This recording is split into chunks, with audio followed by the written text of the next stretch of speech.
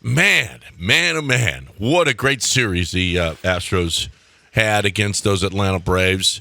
6-1, 6-2, and 5-4 in extra innings yesterday. And it just sounds just like a tennis score, like we got swept at Wimbledon. Yeah, it really does sound like it. 6-1, 6-2, 6-4.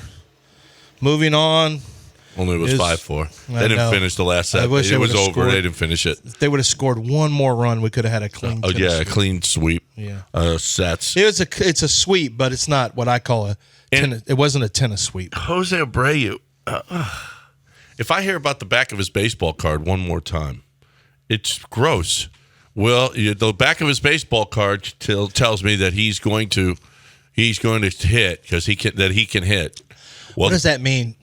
The back of your baseball card, the longer it is, the older you are, the less chance that you are still going to be an effective player.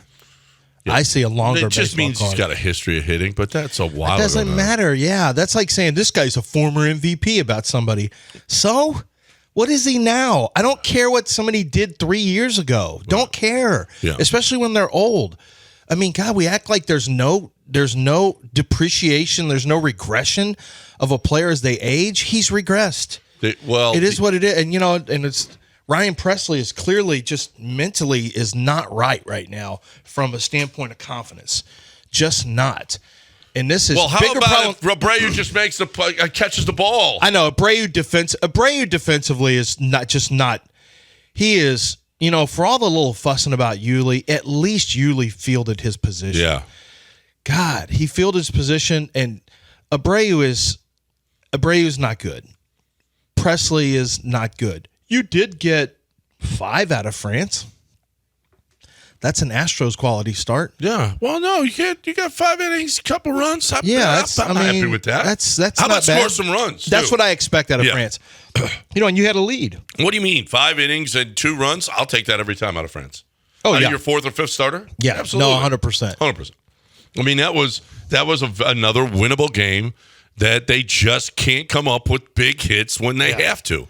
And this team is, I know it's starting to get to the point now. 6-14 is. This is bad baseball. This is bad. Yeah, it's not. It's even worse because it's bad. They're playing bad baseball. They're just. It's not time to throw in a towel just yet. Verlander's coming back tomorrow night, which is nice. Which pushes Ronel Blanco back, pushes Christian Javier back. Now you got, and by the way, the schedule eases up considerably now. The first 20 games, said it before the season, first 20 games were going to be as difficult as anybody in baseball, and they sucked at it. They sucked. 6-14 is bad. It's just bad. And the discouraging part is they're not playing Astros. They just don't look like the Astros. They just don't. They just look like crap. Fielding, hitting, clutch. Home, they look like they're home because they suck at home. But that pitching, everything. They've just sucked. This has just been terrible, and that's discouraging. Why can't we have all 3 teams good at the same time? Why is that? Why can't we be excited about all 3 teams at the same time?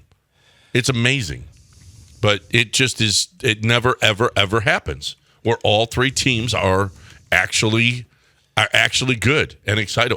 I mean, this team is just so deflated. Maybe Jesus doesn't like the Houston as much as I thought. CJ's doing everything he can. CJ, well, you think? Well, CJ's just praying for the Texans. He's not praying for the Astros too. Well, he says he's blessed. I mean, he's blessed that he was blessed to throw out the first. Can pitch. we catch some blessings for Hunter Brown? Well, I have never heard Hunter Brown say. Praise Jesus, not once. Huh. Curious. Cause and effect? What's Jose Abreu said? Anything? Doesn't he have the triple cross? Jose Abreu interview? Wait, doesn't he have the triple crosses on his neck? Yeah. Let's live the life, Jose Abreu. Let's get some prayers in so we can hit over 150. What does JP France have? He has the Constitution. Maybe being a good American would be better. He did pitch pretty well yesterday. He did, see? That's what I'm saying. Yeah. Maybe Jose Abreu. I think we figured this thing out. Right. We just need to get Jack Easterby in there and get a little bit more prayed up. That could be. How'd that work out for Texas A&M basketball? Not great. No. The human jinx, not great. No. That's so stupid. Why would you bring that guy up? What are you doing? Why are you bringing that guy into your program? That's just so dumb. So, yeah, it was another day like that. Yeah. Jonathan says, Jose Abreu has 4 hits and 3 errors on the season, but the back of the baseball card. At some point, you just got to go, we can't do this. At some point, we can't do it anymore. Now, there's about $40 million that's just going to sit there. About $40 million. But you're hurting the team more by putting them out there. You're hurting the team much more by putting them out there.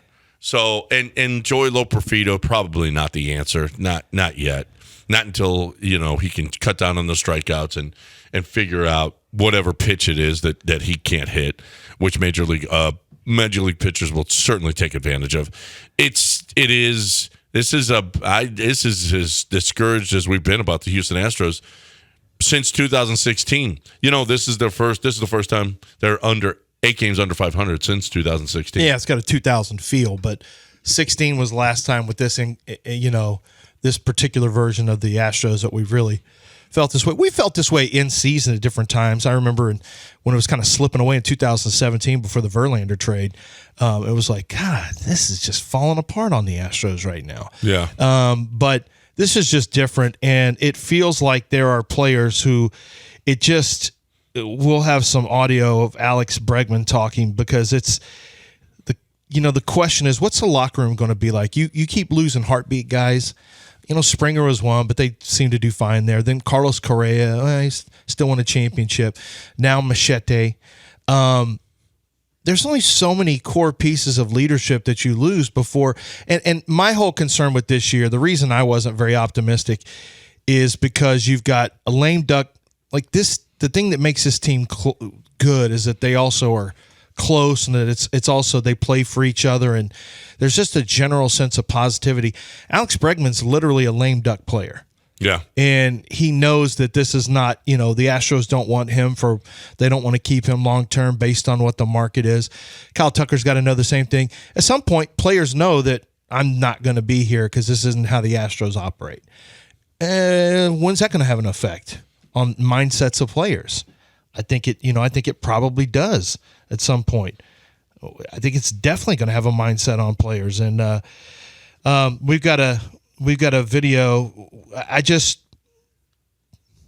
This could be the end, but we'll see. The pitching, we know that they got to get arms back, and all this can change, but you don't want to get too far back. No. In this division, you just don't want to get too far back, especially if all of the pitchers don't come back just really humming, because reality tells you that somebody's going to come back and they're not going to be as good as you want them to be. But Javier, now there's a small margin for error with Christian Javier now. Sorry, you're getting paid. You got to be a guy. We can't do this. Pitching coach, get his ass right.